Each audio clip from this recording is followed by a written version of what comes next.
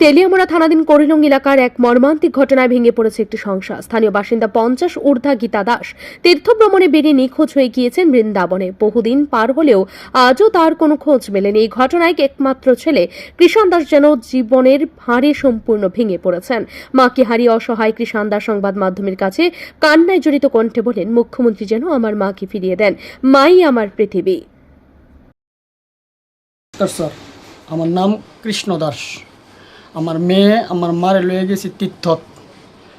6 August বাইরে দিল্লির থেকে হরিদ্বারে গেছি। হরিদ্বার থেকে কেদারনাথ গেছি, তারপরে স্যার বদ্রীনাথ গেছি। বদ্রীনাথ থেকে গঙ্গোত্রী যমুনোত্রী বদ্ধ।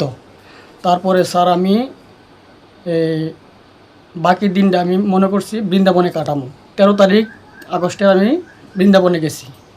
বৃন্দাবন যাওয়ার পরের দিন 5টার সময় বাইরিয়া বৃন্দাবনের ইস্কন মন্দিরে আধা ঘন্টার মতন কীর্তন শুনছি, ঠাকুরের নাম শুনছি, আনন্দ উপভোগ করছি।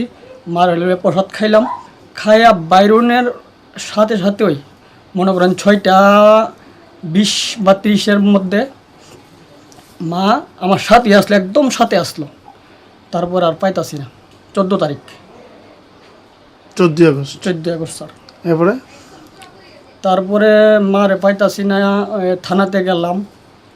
আমার থেকে স্যারে মার ছবি নিয়ে তারা গ্রুপে দিল। চকিত গেলাম, এই জন্য কইল 100 রিসিট ছাপাইতাম। 100 রিসিট ছাপাই দিলাম তারারে, 3 জন অফিসারের নাম দিয়া। তারপরে নিজে রিক্সা ভাড়া দিয়া খুঁজলাম, পায়ে হাইটটা খুঁজলাম। কোন জায়গায়? বৃন্দাবনে। তারপর নিজে পোস্টারিং করলাম। পোস্টারিং করার পরে স্কুটি ভাড়া নিলাম। স্কুটি দিয়ে খুঁজলাম প্রায় 7 দিনের মতো। তারপর নিজেও খুঁজলাম 15 দিন, 14 দিন থেকে 15 দিন মারে খুঁজলাম। খুঁজতে আর পারতাছি না আমি। সূত্রে জানা যায়, কৃষাণ দাস সম্প্রতি মা গীতা দাস ও তার ছোট সন্তানকে নিয়ে দেশজুড়ে বিভিন্ন ধর্মীয় স্থানে ভ্রমণে বের হন। যাত্রার শেষ গন্তব্য ছিল বৃন্দাবন, কিন্তু সেখানেই ঘটে গেল সর্বনাশ। ভিড়ের মাঝে হঠাৎই মাকে হারিয়ে ফেলেন তিনি। এরপর থেকে শুরু হয় এক সন্তানের নিদ্রাহীন রাত আর অস্ত্রসিক্ত দিনের লড়াই। বৃন্দাবনের স্থানীয় থানায় নিখোঁজ ডায়েরি দায়ের করেন কৃষাণ দাস।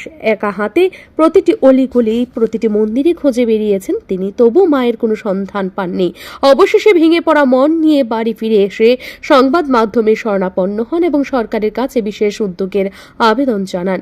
কৃষাণ দাসের কথায়, আমার মাই আমার ভরসা, মা, আমি আর আমার সন্তান, এই 3 জনই আমাদের সংসার। মা হারিয়ে আমি নিঃস্ব হয়ে গেছি। আমি মুখ্যমন্ত্রীর কাছে প্রার্থনা করছি তিনি যেন উদ্যোগ নিয়ে আমার মাকে ফিরিয়ে দেন। মায়ের ফিরে আসায় আমার একমাত্র স্বপ্ন।